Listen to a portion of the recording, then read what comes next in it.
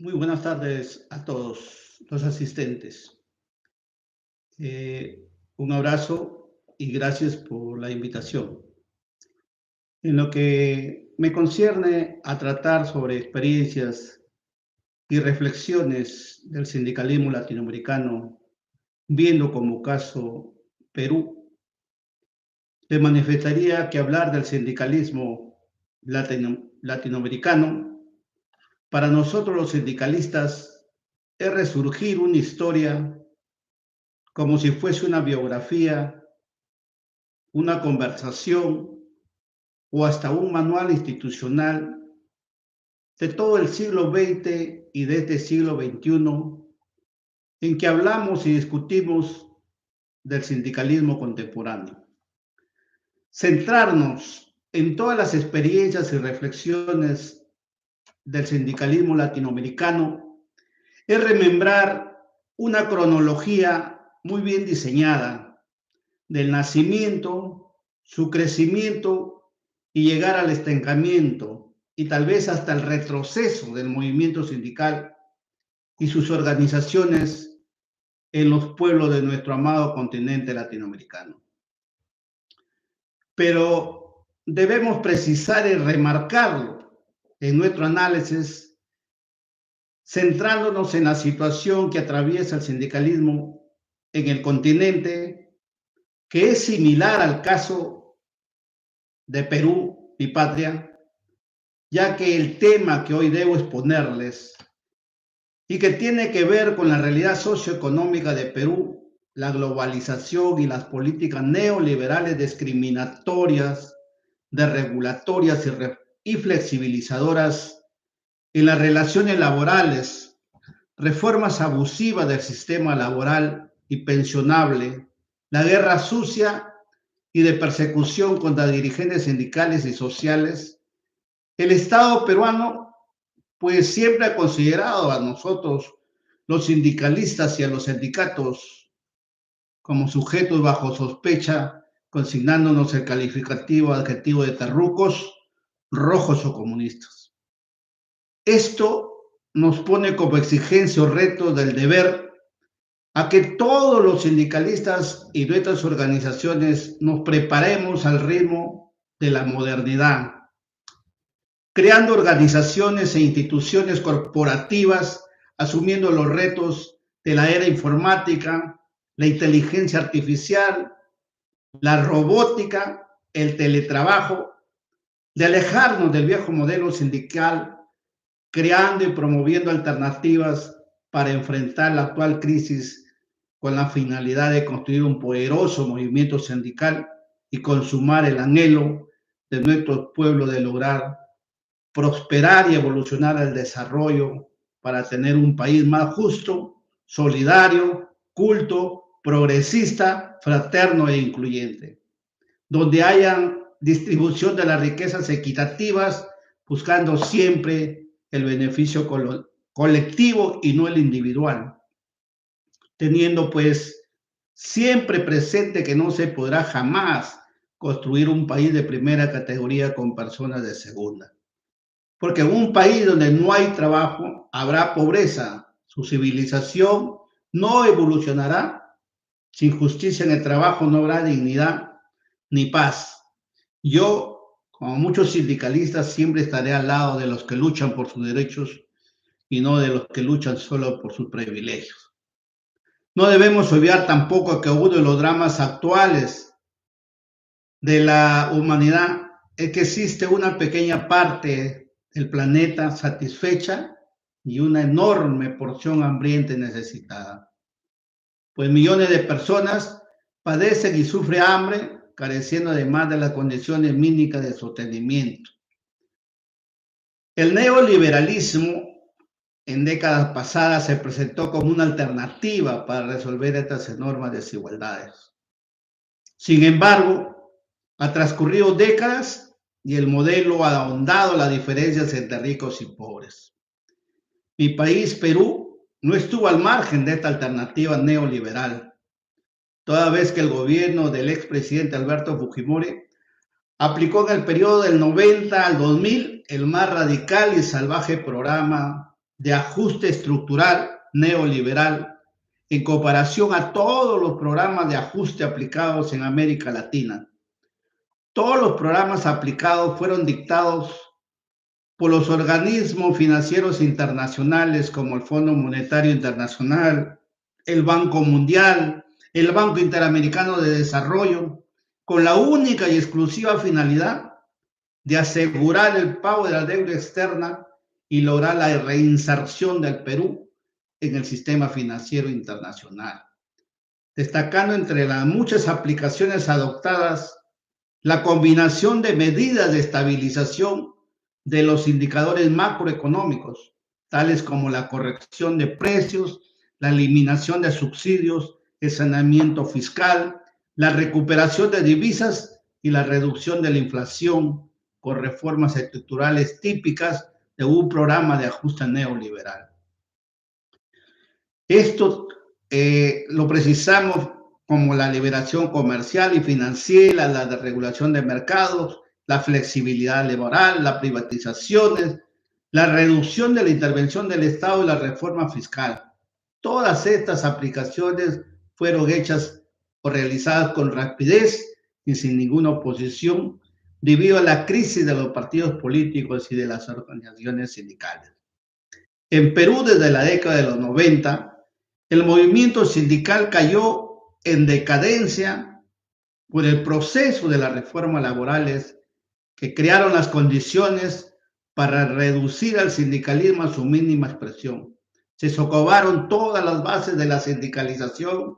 al reducir modificaciones en el marco normativo que promovieron la desregulación y la profusión de contratos laborales. Estos contratos eran modales, con modificaciones que impactaron en la constitución de nuevas organizaciones gremiales y en el ejercicio mismo de las libertades sindicales, así como en el campo de la acción sindical colectiva. En ese entonces se redujo la base sindicalizable al mayor número de trabajadores sin contrato a plazo indeterminado.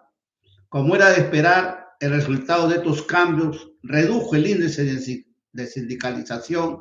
a solo un dígito. La modificación normativa que hasta la actualidad existe, creada para minar las bases del sindicalismo con el argumento de mayor flexibilidad al mercado de trabajo, creó las condiciones poco favorables para un mayor y mejor desarrollo sindical. Entre la década del 80 y la década de 2000, hubo un cambio en la forma de pensar, en la forma de hacer planes de vida por parte de los trabajadores, que no ha sido tomada en cuenta ni se le ha dado la importancia de vida y que también ha influido mucho en la decadencia del sindicalismo. En el descenso del número de afiliados a organizaciones sindicales, por consiguiente al decaimiento de la negociación colectiva y la escasa recurrencia a las huelgas. Pues de una forma solidaria y colectivista de enfrentar la vida, pasaron a una forma mucho más individualista en la cual lo que predomina es mi familia, mi vida, mis intereses, lo que reemplazó a una anterior forma de ver las cosas expresada por nuestra familia, nuestra vida, nuestros intereses. La visión clasista de los trabajadores típica en la década del 60 y el 70 quedó de lado para convertirse en una visión personalista. De ahí la relativa pérdida de importancia de las organizaciones sindicales que representan una institucionalidad en la cual la forma colectiva predomina sobre la individual, característica propia de una sociedad postmoderna. Esta idea que expresamos la sustentamos con ejemplos peculiares en un subsector económico como es la agricultura de exportación no tradicional en los departamentos de Ica y La Libertad. Espacios singulares de Perú donde han experimentado uno de los mayores crecimientos productivos con alta demanda del empleo, pero la tasa de sindicalización no ha aumentado casi nada, pese a los esfuerzos de organismos sindicales nacionales como la Confederación General de Trabajadores del Perú, la CGTP, y la Confederación de Trabajadores del Perú, CTP, junto con varias ONG internacionales que dieron apoyo a los escasos intentos de formar sindicatos. Existen razones varias para entenderlo y trataré de resumir algunas, como el hecho del trabajador asalariado típico, entendido como aquel descrito en la literatura marxista y en otros escritos como la conciencia de pertenencia a una clase con un ideal de sociedad, a construir mediante su aporte y participación en los mecanismos políticos, legales y extralegales, como planteaba Lenin. Tampoco no hay más la masa proletaria, los trabajadores como grupo, a cual invocaban Marx y Engels en su manifiesto comunista. El posmodernismo, que ataca las dicotomías varón-mujer en los temas de género, blanco-negro en las cuestiones raciales, centro-periferia, en los aspectos relativos al poder económico y social global, destruye también la dicotomía empresario-trabajador. El ideal clasista asume que los trabajadores mantienen una posición de apoyo al desarrollo de sindicatos de alguna manera, tal como se planteaba desde la escuela del pensamiento marxista, que planteaba que dada la posición de clase de los trabajadores, estos, si no estaban alineados por la propaganda capitalista, deberían tener una clara posición de clase. Pues los trabajadores deberían de desarrollar un proyecto de vida sindical que los identificara con su extracción de clase y los alinease con las políticas económicas y sociales que favorecían a los trabajadores en detrimento de la posición de los empresarios capitalistas. Sin embargo, sostenemos que tal posición ya no existe. El típico trabajador no se ve como perteneciente a una clase, sino que se ve como una situación que puede ser temporal, durante la cual padece efectivamente de los problemas que le trae ser asalariado, pero que ello es parte de un crecimiento personal. El trabajador o trabajadora de hoy en Perú y quizás de todos lados, como en otros países del orbe, tiene una concepción individualista de la vida y de la sociedad. En Perú el sindicalismo en su época de mayor auge fue en la década del 60 y el 70, donde se logró forjar un proyecto de vida sindical basado en un ideario genérico bajo la denominación de clasismo, cuyos principales rasgos era el sentimiento de pertenencia a una clase diferenciada y opuesta a la de los empresarios, con la fe en que esta actitud resumía una postura ética de no entregarse al otro bando y mantener la separación radical en la mirada del fenómeno económico productivo y en las vías para hacerle frente al sentimiento clasista consistente en la idea de que se debe buscar sacar el mayor beneficio con la mayor presión, sin ocuparse por el destino de la empresa o la producción. En el siguiente periodo, cuyos primeros elementos aparecen a finales de los años 70, con leyes como la promoción de las exportaciones no tradicionales y el empleo exportador, van madurando con la crisis de la década del 80 hasta llegar al ajuste reforma de los años 90, donde la ideología del clasismo pierde centralidad y preponderancia. Muchos trabajadores en esta época asumen que deben aliarse con sus patrones para salvar la empresa. Otros reaccionan también con miedo al despido y a las medidas de represión que identifican y relacionan a los sindicatos con violencia. Pero lo más profundo es el cambio en la visión del individuo frente a sus pares en vez de verse como trabajadores con un destino básicamente común. Se reestructura la perspectiva y se tiende a pensar como individuos que tienen un empleo que mañana puede ser otro como efecto de la flexibilización laboral y que deben resolver sus problemas con la empresa, sus familias y con ellos mismos por separado. La lógica neoliberal que exige actuar bajo el resorte de ganar más aunque atropelle a los demás, también se refleja en los trabajadores que imaginan que en la crisis hay que salvarse uno mismo y en la recuperación posterior conseguir la mejor ubicación, olvidándose de lo que acontezca a su alrededor. Las normas promovidas por el gobierno militar del general Juan Velasco Alvarado en la primera fase privilegiaron en el ámbito laboral las relaciones individuales al consagrar el derecho a la estabilidad en el empleo a los 3 meses de iniciar el contrato de trabajo, con lo cual marcó un hito fundamental en el sindicalismo peruano, pues favoreció el surgimiento de nuevas organizaciones sindicales, pero en el campo de la acción colectiva siguió primando la base normativa de los años 60, que en lo fundamental no generaba mecanismos para fortalecer el ejercicio de las prácticas negociables entre los trabajadores y los empleadores. Esta ausencia sería solamente percibida en el periodo siguiente, cuando se producen cambios que derogan la estabilidad laboral absoluta en el año 76 y se introducen regímenes laborales de excepción para los sectores de la exportación no tradicional, cuya principal característica consistía y aún consiste en privar a los trabajadores de este sector del acceso a los derechos colectivos y a un sistema de contratación similar al que se aplica a los demás sectores de la producción y servicios. Las condiciones laborales en el sector de la actividad agrícola exportadora no tradicional, a la que se aplica el régimen laboral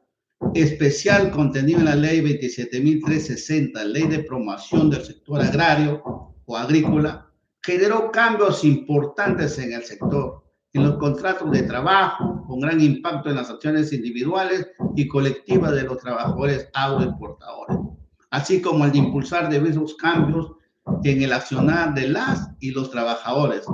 en particular en su relación con los proyectos de vida personales y sus opciones en materia de cuestiones gremiales como la sindicalización. Estas políticas de Estado de las empresas son discriminatorias para el trabajo agrario y agroexportador, especialmente entre las mujeres. Durante la década del 90, desde sus inicios y a lo largo de ella, se implementó una reforma total de las instituciones del mercado de trabajo, en los aspectos laboral y previsional, que perduran hasta en la actualidad. Esa reforma laboral implementada en nuestro país tuvo algunas características resaltantes, pues fue unilateral, es decir, vino desde el Estado sin participación de otras partes interesadas, como los sindicatos u otras organizaciones vinculadas a temas laborales, aunque tampoco se buscó la participación de los gremios empresariales, quienes en su gran mayoría, por cierto, no se opusieron porque les favorecía en todos sus contextos, ya que esta reforma buscaba la flexibilización del mercado del trabajo, entendía esta como la desregulación de aspectos normados por una gran cantidad de dispositivos legales, o, visto desde otro punto, la de protección del trabajador, pues el Estado peruano entró en un radical retroceso en su papel de equilibrador de la situación asimétrica del mercado de trabajo. El Ministerio de Trabajo perdió su rol tuitivo de ser un organismo de sesgo proteccionista, quedó hasta solo hoy como un ente administrativo y en la participación del diálogo social vía tripartismo, donde interviene el Estado, empresarios y trabajadores en el espacio de contratación nacional llamado Consejo Nacional de Trabajo y Promoción del Empleo, no surte el efecto esperado porque sus acuerdos no tienen efecto vinculante y por lo mismo no se cumplen. Otra característica resaltante del proceso experimentado en el Perú es la profundidad de la reforma. Como ya conocemos, Perú fue el país que llevó adelante la reforma más lejos que sus pares latinoamericanos. Esto es claramente observable gracias al índice de flexibilidad propuestos y que muestran que Perú fue el país que más flexibilizó su mercado de trabajo. La profundidad de la reforma laboral se debió a que el conjunto de cambios introducidos abarcó todo el ciclo de la relación laboral. En esta reforma se introdujeron modificaciones a lo largo de toda la relación laboral, al inicio de esta, en el desarrollo de ella y en el término de dicha relación. Al inicio de la relación se introdujo una amplia variedad de contratos temporales, 9 modalidades reguladas, como los contratos de naturaleza temporal, destacando el contrato de inicio o lanzamiento de una obra o a nueva actividad, el contrato por necesidades de mercado, el contrato por reconversión empresarial. En cuanto a los subcontratos de naturaleza accidental, destacan pues el contrato ocasional, el contrato de suplencia y el contrato de emergencia. En cuanto a los contratos de obra y servicio, se determinaron los contratos específicos, los contratos intermitentes y los contratos de temporada, existiendo además la posibilidad de diseñar otra nueva forma de contratación temporal de acuerdo con las necesidades de las actividades empresariales específicas. Se dio la posibilidad de llegar hasta un plazo de 5 años como plazo máximo de contratación temporal y bajo el entendido de que la promoción de las exportaciones no tradicionales era un aspecto prioritario del esquema de desarrollo adoptado, se permitió la contratación temporal indefinida en sectores como el textil, el agrario y agroexportador. A lo largo del desarrollo de la relación laboral se dio facultades al empleador en materia de ampliación de la jornada laboral, determinación de jornadas acumulativas y atípicas y la determinación de la oportunidad de los descansos vacacionales y semanales. También se estableció un listado de conceptos retributivos que carecían de la naturaleza de remuneración, con lo cual se redujo montos importantes de beneficios sociales, colaterales y aportaciones a los sistemas de seguridad social y pensiones. En cuanto al término de la relación, la reforma creó la posibilidad de despido arbitrario compensado por una retribución económica con la posibilidad de reposición en algunos casos de despido discriminatorio, los cuales fueron establecidos taxativamente por ley. En los aspectos relacionados al derecho colectivo, se hizo modificaciones de las normas concernientes a la formación de sindicatos, la forma de la negociación colectiva y el derecho a la huelga. Así, se puso un límite mínimo de una exigencia cuantitativa en el número de trabajadores necesarios para conformar un sindicato. 20 trabajadores para el caso de un sindicato de empresa y 50 trabajadores para formar sindicatos de actividad, gremio, rama o de diversos oficios. Se eliminó la protección que recibían los dirigentes sindicales ante la posibilidad de un despido, conocido por fuero sindical, el mismo que de nuevo vía Corte Suprema hace poco se ha resurgido como derecho. Se ampliaron las causales de ceses colectivo, creándose la modalidad de causas económicas. Todo esto impuesto desde la década de los años 90, pero en la actualidad aún persiste y las normativas laborales están dispersas, estructuradas y diseminadas por sectores, sin contarse aún, a pesar de los esfuerzos, con una ley general de trabajo y mucho menos con un código de trabajo. No existe un plan nacional de trabajo decente consensuado entre Estado, empresarios y trabajadores y se proyectan directivas nacionales solo a base de programas de trabajo decente. La justificación económica para la flexibilización de la forma de contrato se encontraba supuestamente en la existencia de una importante proporción de la población económicamente activa en situación de desempleo y subempleo debido a la existencia de mecanismos informales de contratación que aparecían como consecuencia de una regulación excesiva. Es decir, se pretendía que al liberar el mercado de trabajo de las trabas que lo inmovilizaban, el resultado que podía esperarse sería un incremento en las tasas de empleo formal. Sin embargo, el resultado fue contrario a lo supuestamente esperado. El porcentaje de trabajadores estables de la población económicamente activa, asalariada, disminuyó sustancialmente y los correspondientes a los trabajadores temporales y trabajadores sin contrato aumentaron de manera significativa. En resumen, afirmamos que la desregulación laboral, antes que formalizar y mejorar los niveles de empleo, fomentó la informalidad. Parte de ella convertida en legal por el cambio normativo y aumentó los niveles de subempleo como resultado de la reforma laboral. Fue la caída progresiva de los niveles de los salarios reales los que no han mostrado ninguna recuperación a lo largo de estas décadas. Otro efecto de la reforma fue la desarticulación de la negociación colectiva sectorial o por rama de actividad. La lucha contra este tipo de negociación, cuyos efectos macroeconómicos fueron un componente importante de cambio en la distribución funcional del ingreso a favor de los salarios,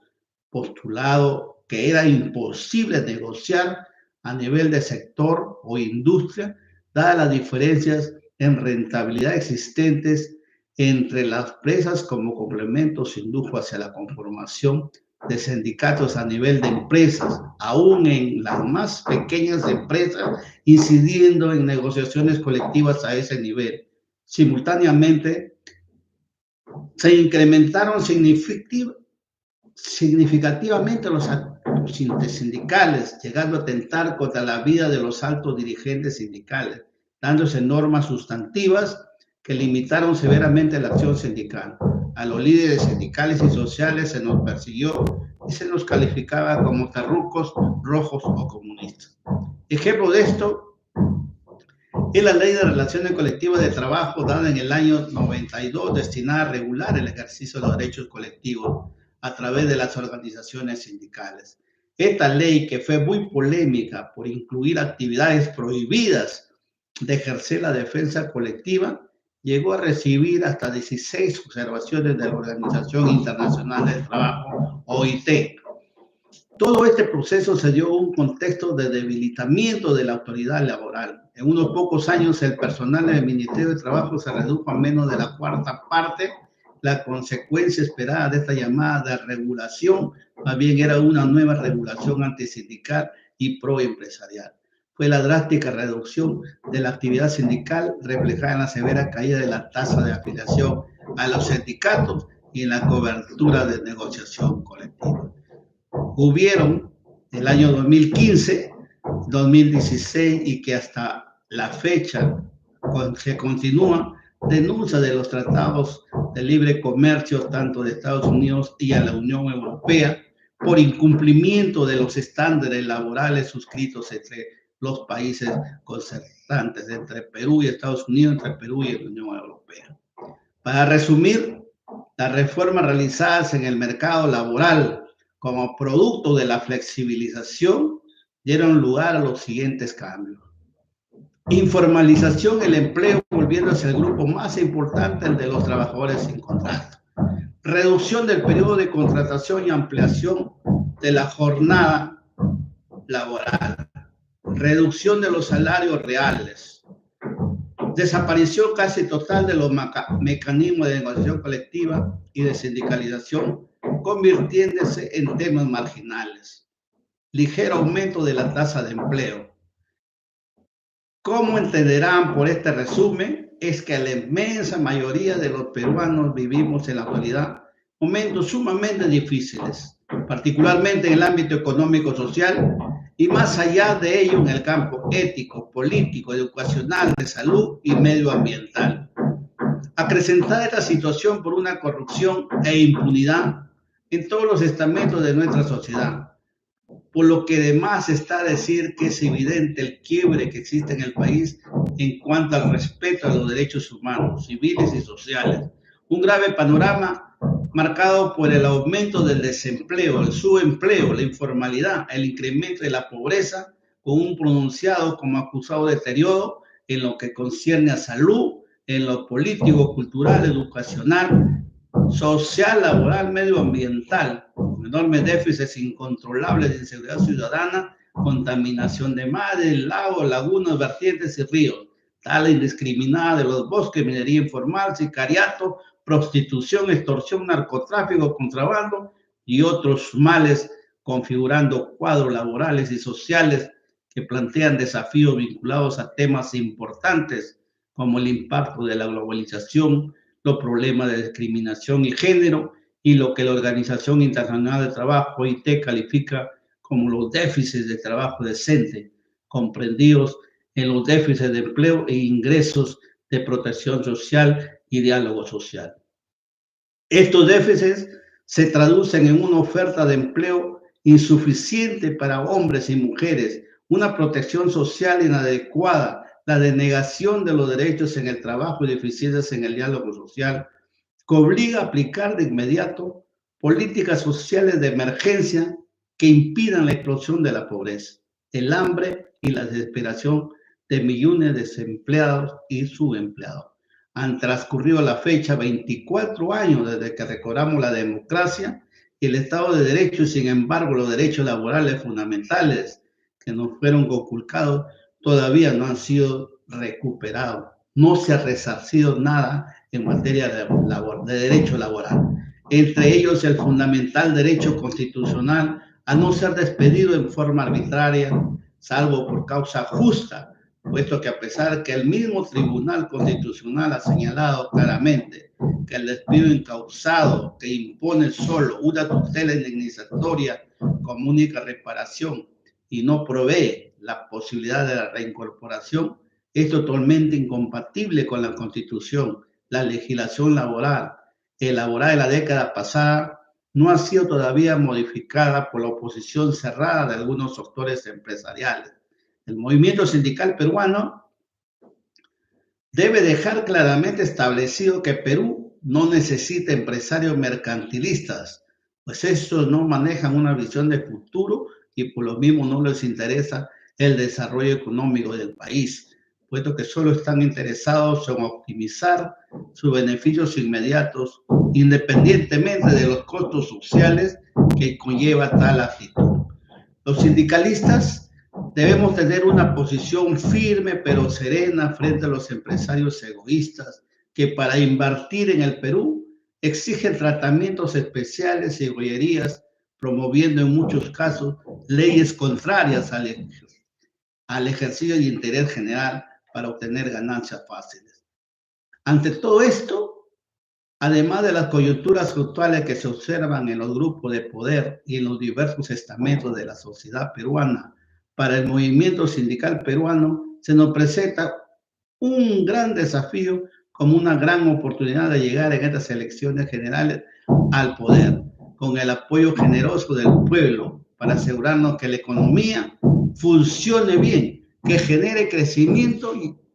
estable, descartando cualquier riesgo inflacionario y en materia laboral, crear políticas serias que tiendan a resolver una de las cuestiones más conflictivas en el ámbito de la contratación laboral, como es el equilibrio entre la estabilidad y la flexibilidad en el empleo, convocando para ella todas las fuerzas empresariales y laborales, considerando que los sindicatos peruanos tenemos que ser conscientes que no pretendemos ganar una revolución, sino una elección. Y para ganar una elección y lograr nuestros objetivos, tenemos que negociar con el Congreso, respetar las leyes, alcanzar un consenso, razón por la cual los líderes sindicales debemos ser hombres de consenso, que busquemos el menor tipo de enfrentamiento, pero dejando claramente sentada nuestra posición de que el país ya no soporta políticas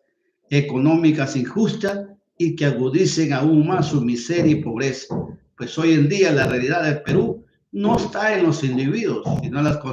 en las instituciones que conforman los individuos. En este nuevo tejido organizacional que expresa la realidad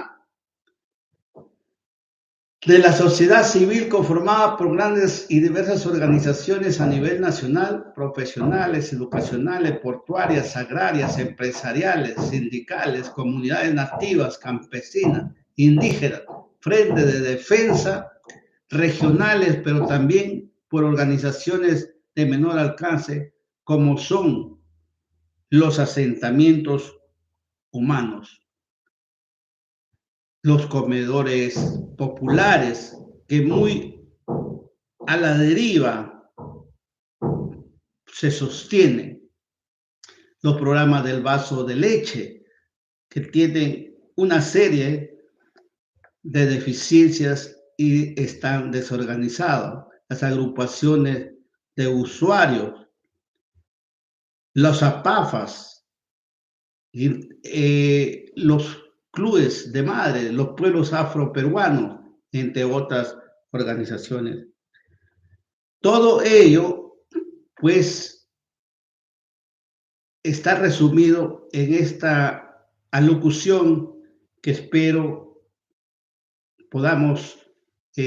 debatirla y con las preguntas que ustedes quieran realizar. Me despido.